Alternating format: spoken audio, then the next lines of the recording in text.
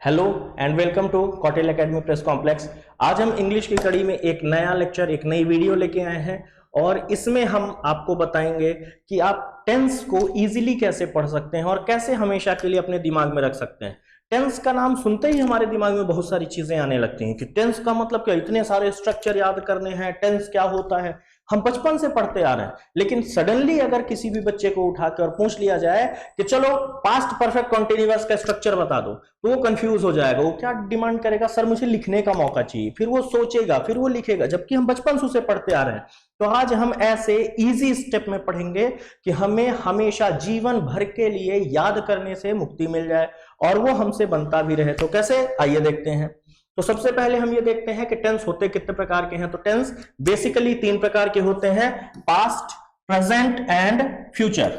Past, present and future. And then इनके सब type होते हैं। तो सब टाइप कौन कौन से हैं? Indefinite, continuous, perfect and perfect continuous. तो ये टोटल मिला के कितने टेंस हमारे बन जाते हैं? 12, यानी 12 बन गए टोटल। अब इनमें हर एक टेंस में मिनिमम 6 स्ट्रक्चर्स बनते हैं। Minimum 6: affirmative, negative, interrogative, इंट्रोनेगेटिव।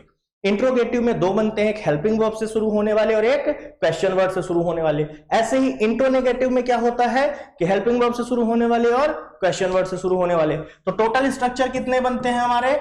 72। अब इन 72 स्ट्रक्चर्स को याद रखना पॉसिबल है? नहीं है, भूल जाते हैं हम, या कि इसको रट्टा मारने बैठ जाओ तो क्या करेंगे? तो उसके लिए हमारे पास सबसे सरल तरीके हैं, और वो क्या है, आइए देखते हैं इसको। अब हमें कुछ इजी स्टेप में 6 से 8 लाइनें टोटल याद रखनी है और हमारा पूरा का पूरा टेंस खत्म हो जाता है इतने में।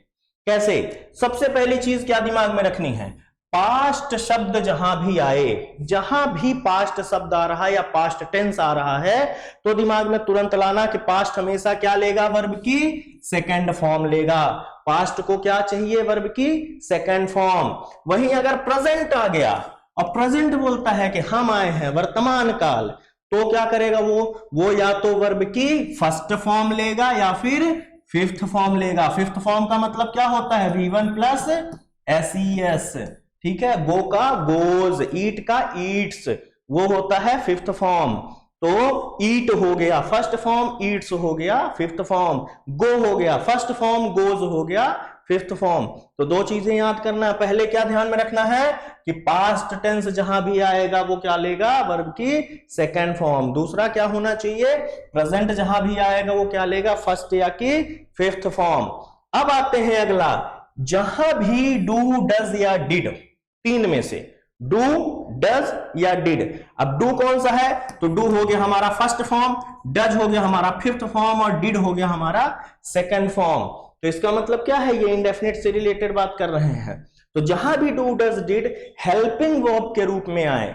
क्यों? क्योंकि डू और डज और डिड ये तीनों मेन वर्ब भी बन सकते हैं। आई डू दिस वर्क, मैं ये काम करता हूं, तो मेन वर्ब बन गए। लेकिन I do not do this work, यहां पे डू, जो पहला डू आया वो क्या था? वो हेल्पिंग वर्ब है। तो जहां भी डू, डज या डिड हेल्पिंग वर्ब के रूप में आएंगे, वहां पे क्या होगा? वहां पे आने वाली जो मेन वर्ब है वो फर्स्ट फॉर्म में होगी। कौन से फॉर्म में? फर्स्ट फॉर्म में। नेक्स्ट देखते हैं कि कॉन्टिन्यूअस। तो जहां भी कॉन्टिन्यूअस शब्द आपको दिखे, सिर्फ टेंस में ही नहीं, टेंस हो, वॉइस हो, नरेशन हो, कहीं भी देखो, कॉन्टिन्यूअस शब्द जहां भी मिलेगा वहां पे भैया क्या आएगा? वर्ब की fourth form. Means V1 plus ING। गो का क्या बन जाएगा? गोइंग। ईट का क्या बन जाएगा? ईटिंग। कट का क्या बन जाएगा? कटिंग। तो ये V1 प्लस ING। जहां भी कंटिन्यूअस शब्द दिखे, कितनी जगह टेंस में टोटल मिलता है हमें? 6 जगहों पे। कहां कहां? Past continuous, present continuous, future continuous. Past perfect continuous, present perfect continuous and future perfect continuous. 6 जगहों पे मिलता है। हर जगह क्या होगा? मेन वर्ब की फोर्थ फॉर्म बन जाएगा। क्या बन जाएगा?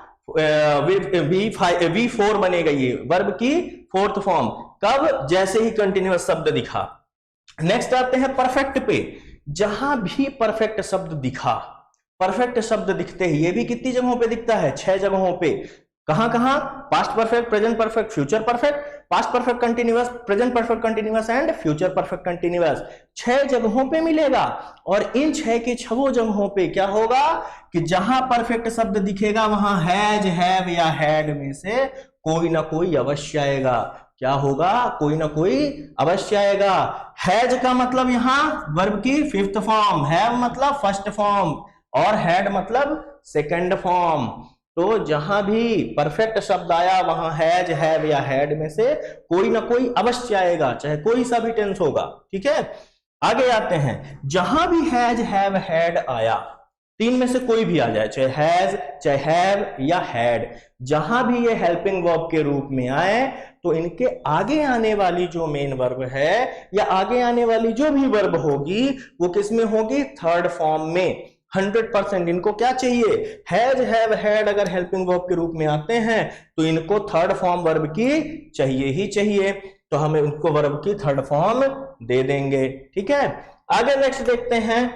अगर कहीं पे फ्यूचर शब्द मिला तो फ्यूचर शब्द कहां कहां मिलता है? फ्यूचर शब्द future indefinite, future continuous, future perfect continuous, कितनी जगहों पे मिला? 4। अब 4 जगहों में कहीं भी फ्यूचर शब्द मिला तो विल शैल आएगा ही आएगा। क्या आएगा? विल शैल आएगा ही आएगा।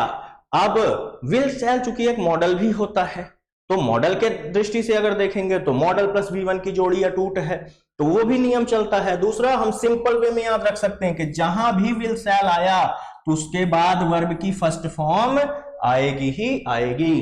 क्लियर? अब इनका यूज कैसे करना है ये दिमाग में छप गए।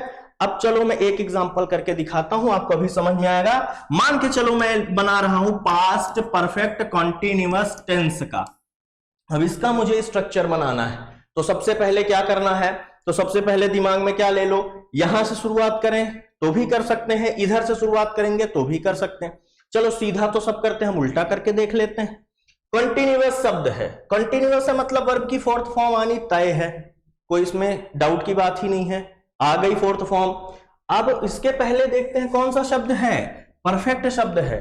और जस्ट हमने अभी क्या देखा है कि जहां भी परफेक्ट शब्द आया वहां हैज, हैव, हैड में से कोई ना कोई अवश्य आएगा।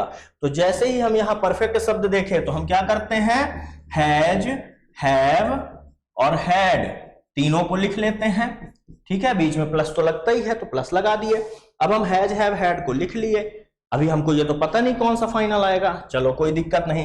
कंटिन्यूअस आया तो V4 आ गया, परफेक्ट आया तो हैज, हैव, हैड आ गया।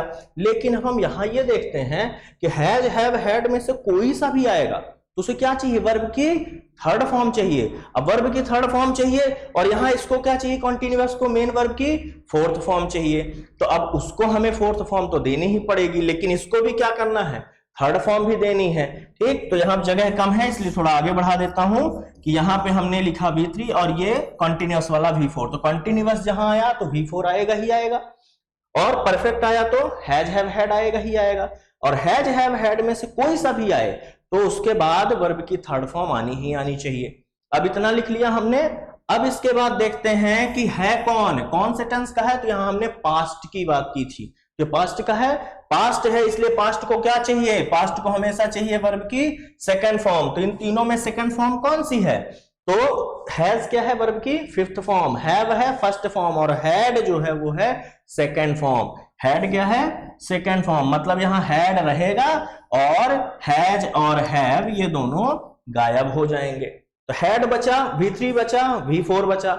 अभी इतना। फिर इसके बाद आप क्या देखना है कि एक साथ में एक सेंटेंस में 2 वर्ब कैसे आएंगे?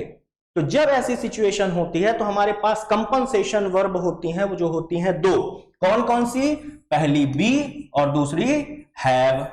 ये होती हैं 2 हमारी कंपनसेशन वर्ब। अब यहां पे हमने देखा कि पहले हम हैव के एक रूप का यूज कर चुके हैं और उसको 3rd फॉर्म चाहिए, तो हम यहाँ हैव का 3rd फॉर्म तो दे नहीं सकते क्योंकि उसको फिर से 3rd फॉर्म चाहिए, फिर दे देंगे फिर उसको फिर 3rd फॉर्म चाहिए, मतलब यही चलता रहेगा, आगे कुछ आएगा ही नहीं। तो हम क्या करते हैं? यहाँ पे बी के पास जाते हैं और बी का 3rd फॉर्म यहाँ पे हम ला के रखते हैं जो कि होता है बीन। क्या होता है थर्ड फॉर्म? बीन। तो हमने यहां रख दिया। अब हम फिर से आते हैं अपने नियम पे, जहां भी कॉन्टिन्यूअस शब्द होगा वहां वर्ब की फोर्थ फॉर्म आएगी, जहां भी परफेक्ट शब्द होगा वहां हैज हैव हैड में से कोई ना कोई जरूर आएगा, तो आ गया। अब जहां भी हैज हैव हैड में से कोई भी आए तो आगे आने वाली वर्ब थर्ड फॉर्म में होनी चाहिए, तो थर्ड फॉर्म हमने दे दिया कंपनसेशन वर्ब का उठा के। अब क्या करना है, इधर सब्जेक्ट जोड़ दिया, इधर ऑब्जेक्ट जोड़ दिया, बन गया हमारा स्ट्रक्चर, कंप्लीट है ये। अगर आपको कोई सा भी टेंस ट्राई करना है, आप ट्राई करो, कमेंट में बताओ अगर प्रॉब्लम आती है। पहले इन 8 लाइनों को आप अच्छे से दिमाग में और नोट्स में रख लो, उसके बाद कमेंट सेक्शन में आके बताओ कि हाँ बेनिफिट हो रहा है कि नहीं।